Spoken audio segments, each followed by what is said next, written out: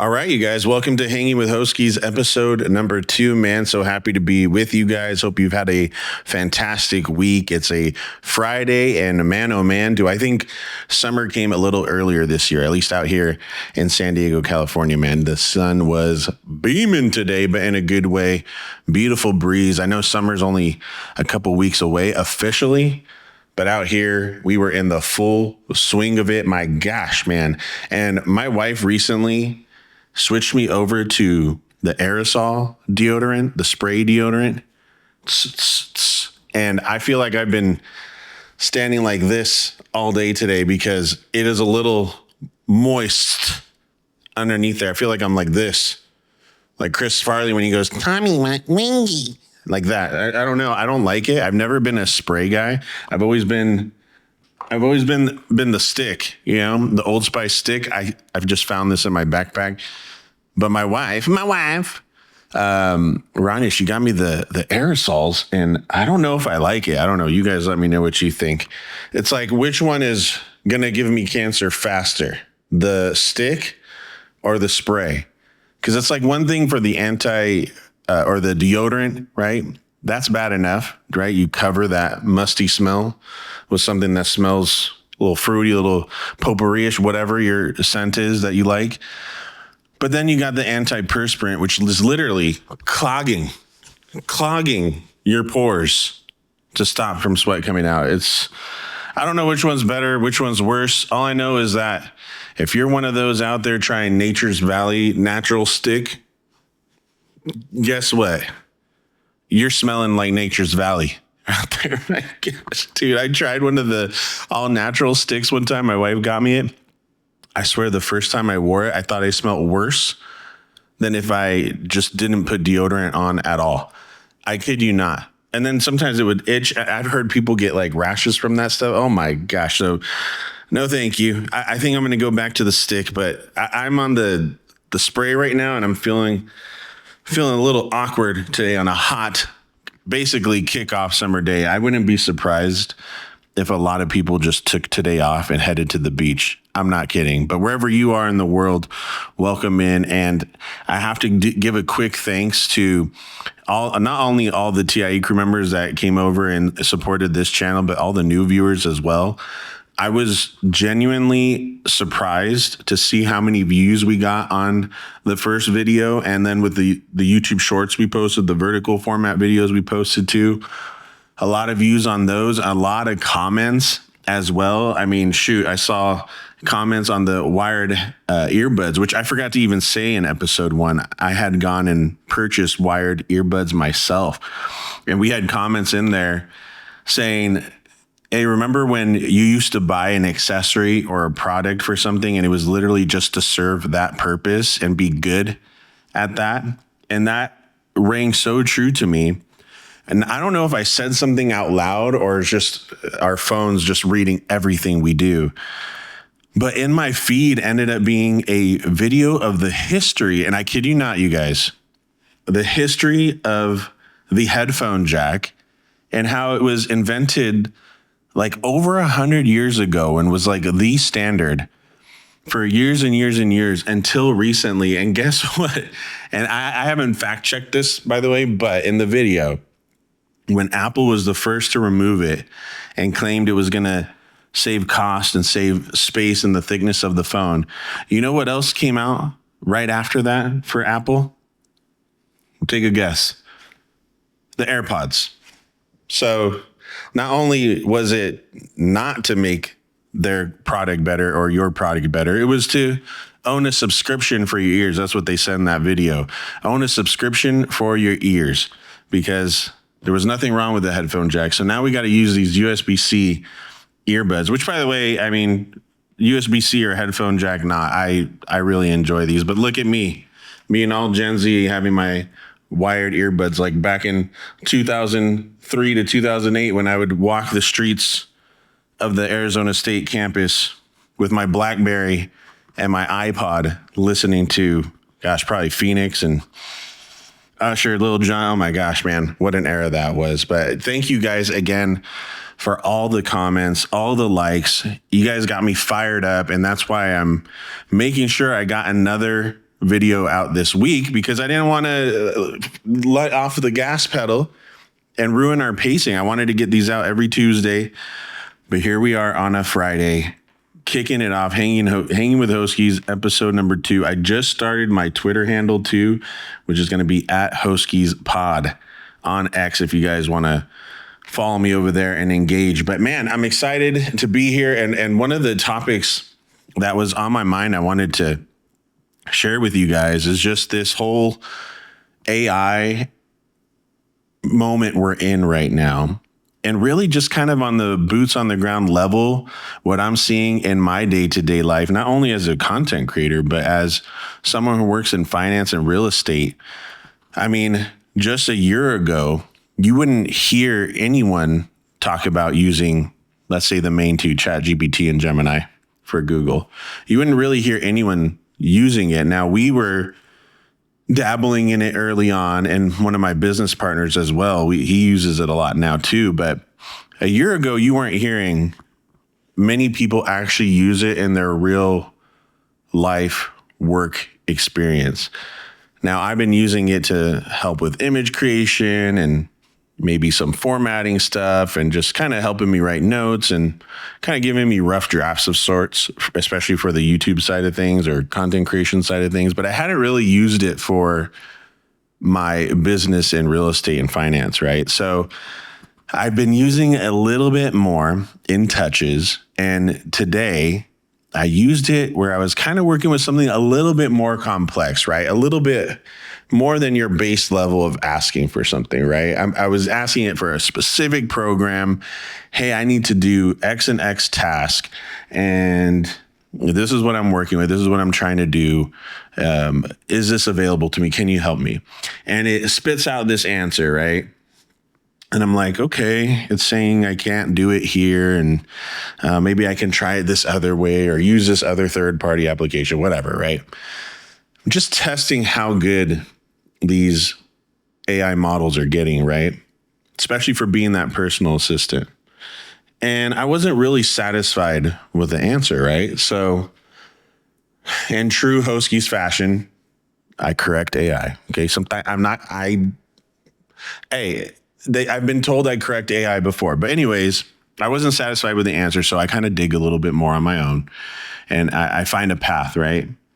And then I message it back. I'm like, well, I did it this way. Is that a way it can be done? And I sent a screenshot through Gemini, and it's like, oh yeah, Eric Hoskees, that's correct. You can do it that way. And I'm like, wait a second.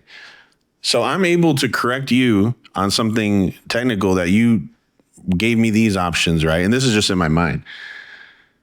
But I'm basically training you to replace me at a high level. If you think about it that way, it's kind of what's happened. And it's been happening for so much longer than I think people realize, with all these big companies taking our data. It's been happening for a long time, you guys, a long time. I mean, these companies, the big players, they've been getting, tagged with little fines here and there, getting called out for ages. And of course, big data, which is just, hey, when a product's free, guess what the product is? You, me, us, we, compa, my wife, everybody. When it's free, you're the product, right? And we've been training through our emails, through our texts, through our web searches, whether it's with Microsoft or Google. And again, there are products that kind of evade some of this stuff, but it's really become to the point where we can't escape it anymore, right? You are feeding through your desires, your wishes, your questions, your prompts.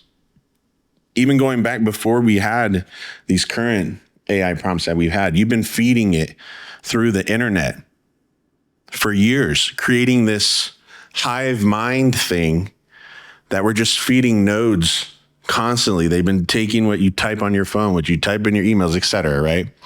So we've been training our replacements for a long time. That doesn't mean that it's the end of all times, okay? It doesn't mean that. But what I caught myself thinking was, oh man, I'm training this to replace a high level, mid-level, let's say mid-level person in my line of work. Doesn't mean everybody in my line of work would be gone, but it can definitely at some point start replacing. Maybe you just shrink your force down is what I meant. I could see it in real time while I was working today. It just kind of hit me right in the face. You know what it reminded me of too? And this is going to go into an NFL analogy here. You remember when Brett Favre, when he was with the Packers, and he was like, oh, I'm going to retire. No, I'm not going to retire. I'm going to retire. I'm not going to retire. Blah, blah, blah, blah, blah, blah. And they had Aaron Rodgers, right? This protege they had drafted, and he's been waiting in the wings for years, and they think he's ready to play. And they're like, Brett, are you going to come back or you're not? We love you. We'll keep you.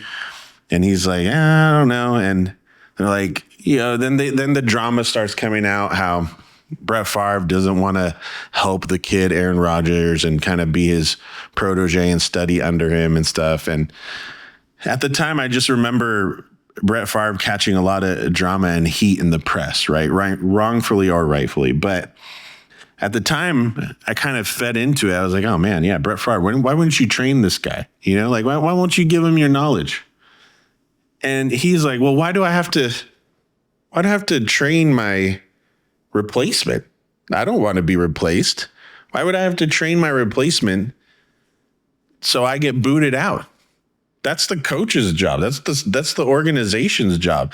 And now that I'm older and I thought of this, it just becomes so much more clear to me. Why would he have to train his replacement? Why would you want to, hey, guess what? We're firing you. You're out. Oh, but by the way, we want you to train Jimmy over here with your 2 weeks before we let you go. It's like, what? No, we're not training our replacements. Heck no. And I just thought that was a fascinating thing today while I was chatting with this prompt. I'm like, it's the first time I've been using it more for my kind of 9 to 5 work, let's call it, right? My business work outside of the content creation, because, it's one thing to ask it to edit images or, hey, I want to change the date on this document, like these little things, right? But when you start getting into like more nitty gritty stuff, more detailed stuff, and you realize how good it can be and how much it still needs to go to, it still has a lot to improve on. It is not at the level of a high level expert in every field, but it's pretty dang good, you guys. It really is. And I've been telling people around me, it's becoming exponential at this point, it feels like, because you go from last year where we were at to this year now in June 2026, it is ramped up significantly in how much detail it can actually go into all these different products and give you some real information to help you. And it is super helpful. But I think I'm safe for a little bit longer, I should say, because where I see it going is a shrinking of the workforce in certain professions. And those of you out there that are really, really, really, really good at your job, you'll be kind of the one checking AI and being like, oh yeah, that's correct. Proceed. Click. Oh, let me review what AI did. Click. Because there's this inherent, maybe this is a millennial thing too, by the way, or Gen X and boomers, all of us that grew up before the internet really, really took off and where we're at now. There's an inherent distrust in a lot of tech because we grew up with so much of it not working great all the time. We were like natural IT help desk people from the beginning because things always broke down and we had to like troubleshoot and fix it. So maybe it's my mind just thinking we're always going to have to double check AI to make sure someone high level has to double check this thing to make sure it's doing what it's supposed to be doing at that high level. But man, like Elon and them are saying, it's definitely coming. It's coming fast. And a lot of these jobs that require tabulation or kind of paperwork, man, it is coming quick for us, you guys. And congratulations to all of us, because we trained our replacement on the way of kicking us out the door. So there you go, guys. Take it easy. Have a good one. Adios. Bye-bye. Sayonara. AI is here. We're all done for it now. I always think, though, despite that dystopian look, there is an element of humanity where God gave us this ability to create forward, where I think AI will never have that level of creating forward. It can always create backwards. It can always look at what's been done and what knowledge has been provided before and give you whatever it is. I'm like kind of like Doctor Strange right now. I'm doing like a spell right here, right? It can always retract backwards and compile all this information and data and apps, whatever it is, and then give you something. But when you actually ask it to create forward, it's just, I don't see it being there. I think that's just something we have that we will feed AI and then it will learn, right? It's kind of like the cart before the horse. Like we are a little bit in front of it always if we maintain that and choose that. And then AI is always kind of behind you, right? I'm just curious to see where that's going to go, man. But I've been hearing too, you guys, because of the investments going into this stuff, you guys, it's insane. The stock market, everything's reacting.